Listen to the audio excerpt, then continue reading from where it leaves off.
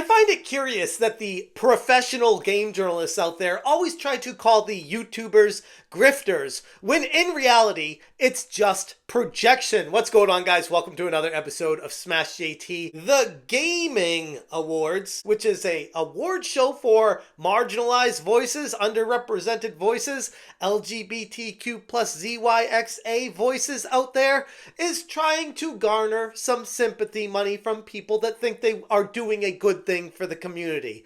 When in reality, this is the biggest grift of all, using marginalized voices to have people open up their purses, pocketbooks, and wallets to say, here, take my money. I want to support this because it's the right thing to do.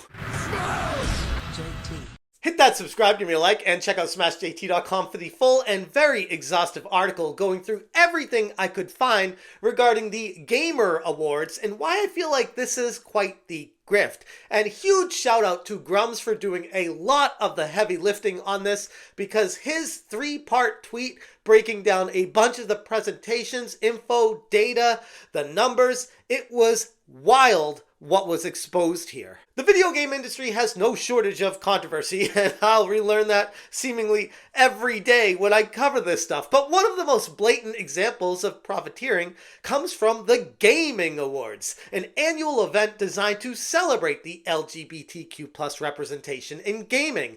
On the surface, it might seem like a well-meaned effort to promote inclusivity, but digging just a little bit deeper below the surface into their operations and pricing structures, you'll see very quickly how this event is nothing more than a cash grab designed to extort ridiculous amounts of money from game publishers and companies in exchange for promotional exposure. And this is what set off the original Gamergate all the way back in the day, and it's still happening today. The divide between journalists and game people, the people on the other side that are reviewing, previewing, giving information to the public about it, is supposed to have a strong gap, a divide, a wall between the actual publishers. The integrity of all of it comes crashing down when the backroom deals get revealed. Let's start it off with taking a closer look at the absurd amounts of money that the Gaming Awards are charging for sponsorship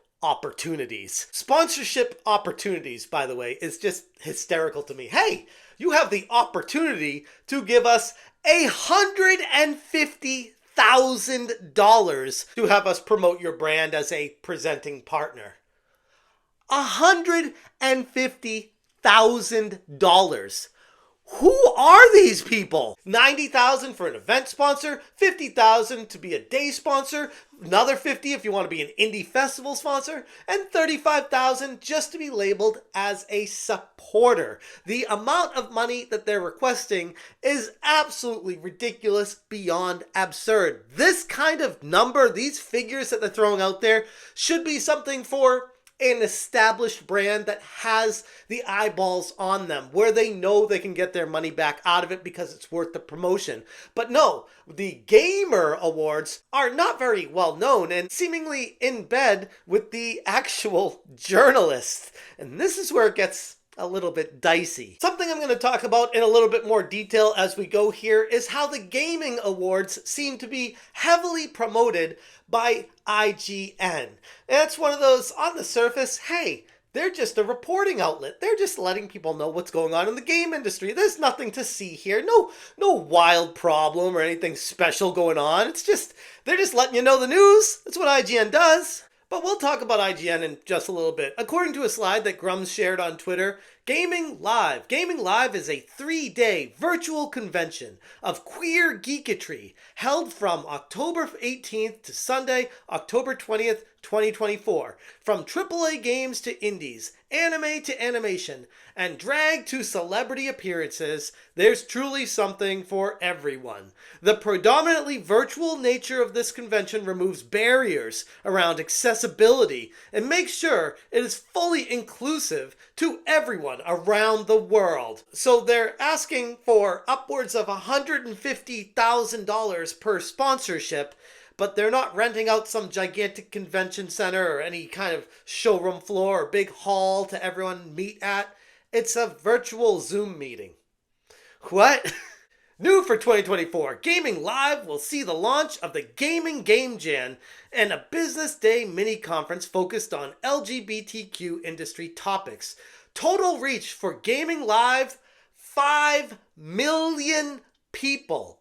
Interesting how they got to that number. We're going to need to dive a little bit further here. Comparing the costs that they're asking for to more mainstream gaming events, the overpricing becomes even more apparent. The Gayming Awards are exploiting companies' desires to appear inclusive and socially responsible, using representation as a weapon to pressure them into paying exorbitant fees. Think about what they're doing right here. The tactic isn't limited to the Gayming Awards alone. Game journalists, especially those affiliated with smaller outlets, have increasingly become some of the most shameless grifters in the industry. The Gaming Mag even sent a recent promotional email out trying to provide more insight, but instead, all it does is expose just how deep this rabbit hole goes. Hi there, did you know 1 in 5 of all video gamers in the US identify as LGBTQ? Source? That's huge and is well above the accepted community average of 8%. We know that there's a similarly large number of LGBTQ gamers throughout the UK and Europe too. Also, last year, $57 billion was spent in the US on video games. This means that the spending power of LGBTQ gamers is $11 billion in the US alone. Again, a similar spending power of LGBTQ gamers is present across the UK and Europe. Notice how they're fiddling with numbers here to make it seem like it's a much bigger pool of money that you can draw from if you just jump into this scene right here and maybe give them some money, have them promote your game, and you'll somehow make millions of dollars because gay people and queer people will just buy your game and support it because what they do when they close the door at night. The email goes on and on and on, and according to their pitch, for about $7,000 to $8,000 USD, or $4,000 if you're lucky enough to catch their Pride sale, game developers and publishers can get the following: regular banner advertising on their website, social media promoting your game, guaranteed impressions, whatever that means, of 600,000 on social media, which I'll dive into a second because no, and featured spots on their podcasts and streams. But the kicker, the paid articles are what they offer. For a fee, they'll write and publish articles to promote your game. The articles could be being presented as if they're genuine editorial content, when in reality, they're nothing more than paid advertisements. And this is how companies are trying to push their games and demolish any integrity behind journalism. The blatant lack of transparency with all of this violates even the most basic principles of journalistic integrity. Yeah, that thing. There's supposed to be a solid wall between the business side of media companies and the journalists who are supposed to be writing about it. But in this case, that wall has been completely destroyed. You're literally paying straight up for articles, social media boosts, and impressions with no indication to the readers that any of this stuff is an advertisement. And I gotta get back to that 600,000 guaranteed impressions things, because that is an insane amount of impressions to promise people who will be giving an upwards of $150,000 for promotion, and you're guaranteeing 600,000 impressions. Diving into their Twitter account, from the official Gaming Magazine Twitter account, they have over 17,000 followers, and most of their tweets get between 0 and 5 likes. How are we getting 600,000 impressions again? Oh, maybe it's over on their Instagram, where they have under 6,500 followers, and their posts get anywhere from 10 to 15 or 20 likes per post. Not getting 600,000 impressions there either. Where is that even coming from? And this is where the situation gets completely blown out of the water. So doing some more research on this, I found it curious because the name Humble came up again. And Humble, for those of you who aren't familiar, was associated with the whole Take This thing, and many people are assuming they were the anonymous donator that gave upwards of $80,000 to keep Take This doors open for whatever reason. They needed $80,000 to continue operating, but whatever. Okay, so Humble potentially was involved with them because Humble has been intertwined with Take This for a while. And now we see Humble with this situation, being involved with the Gayming Awards as one of their sponsors. And then we're looking at, wait a second, didn't Humble have a major restructuring? And even IGN reported on that restructuring. What did they say about it again? According to IGN, Humble Games has announced plans to restructure amid what it is calling challenging economic times for indie publishing, with several former employees reporting that they've been laid off. According to Polygon's Nicole Carpenter, the layoff affected 36 workers. Disclosure: IGN Entertainment and publishing label Humble Games operate under separate divisions of the same parent company, Ziff Davis. Charity bundle platform Humble Bundle remains a subsidiary of IGN Entertainment, which is very interesting and important to remember moving forward here, because we're going to see how IGN doesn't disclose this in their future articles while they're promoting the Gamer Awards. Gayming Awards 2024 set for June 25th. Awards show will showcase the best LGBTQ gaming in June. Okay, so IGN reporting on gaming news. Totally fine. Except for Humble is a sponsor of the Gayming Awards. And Humble is under the same umbrella as IGN. And you gotta wonder, what kind of backroom deals are going on here? Why are they sponsoring and then subsequently promoting a show that literally has nothing to do with IGN? IGN continues promoting the Gayming Awards. Gayming Awards 2024 is now in its 4th year. The Gayming Awards, the world's only LGBTQ video game award show, aired on June 25th, 2024 as part of IGN's Summer of Gaming, hosted by Deer and Milady Confetti. So according to IGN, they are not associated with the Gayming Awards, even though Humble is under the umbrella of Ziff Davis Media, that is all part of the same company, and we're just supposed to buy it that there's not any kind of collusion going on here? The Gayming Awards is one of the most egregious examples of the grift in this media landscape, but it's far from the only one. Events like these have become vehicles for opportunistic outlets to profit off the backs of companies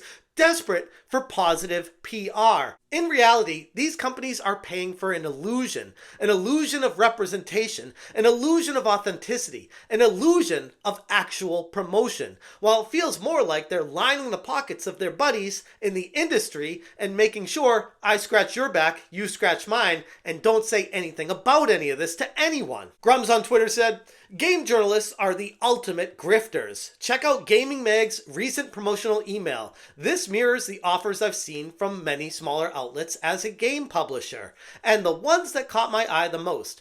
Paid social media boost of your social ad with guaranteed impression of 600,000. I wonder how they achieve such boosting.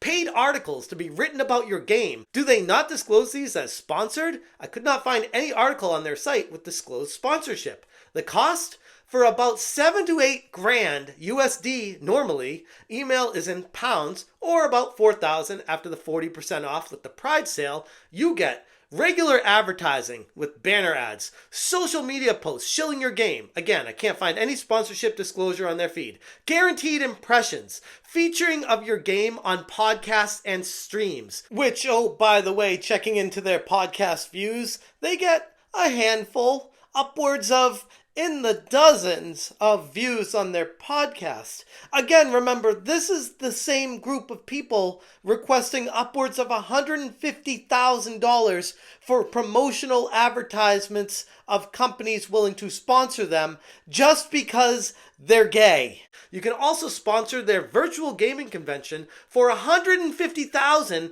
or the Gaming Awards show for $125,000. This is not unusual. A game publisher we were regularly solicited for paid for articles from the smaller gaming sites, often without sponsorship disclosure. There is supposed to be a firewall between selling ads and the journalists who write the articles and give awards. But as you can see here, that firewall does not exist. You are literally paying for articles to be written. Full marketing PDF in reply. And he goes on with all the stats, backup, information, receipts of everything he's talking about here. And it truly exposes what's really going on with the Gayming Awards. They aren't about celebrating the LGBTQ plus representation in gaming. They're about making money, using it as a veil of inclusivity to get there, plain and simple. The exorbitant sponsorship prices combined with the shady paid-for articles and quote-unquote social media boosts from IGN reveal them for what they truly are, the ultimate grift.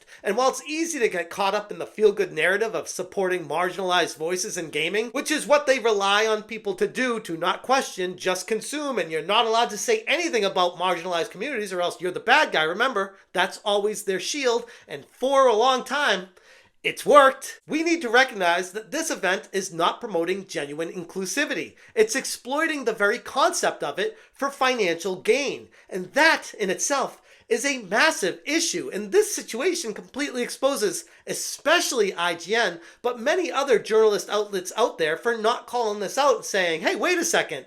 So you guys are taking money from people for promotional experiences, getting paid out, and IGN is boosting it, getting the word out there for you.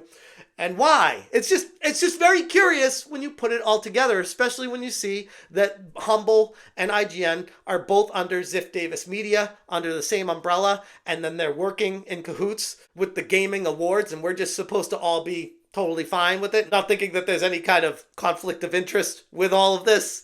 It's just a little curious. That's all. In the end, the Gayming Awards are little more than a glorified pay-to-play scheme, with game journalists in bed together at the helm, cashing in on companies' desires to seem socially responsible. Don't be fooled by this rhetoric. It's all about money, and it always has been.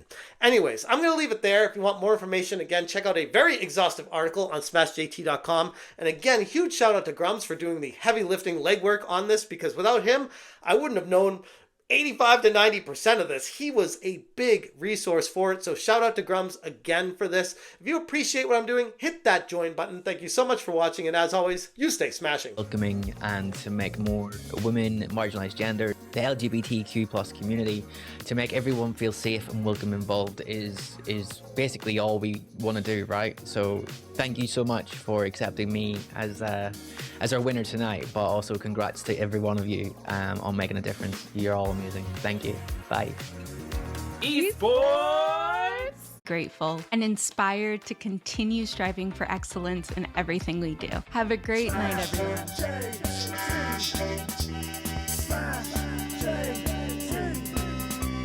Smash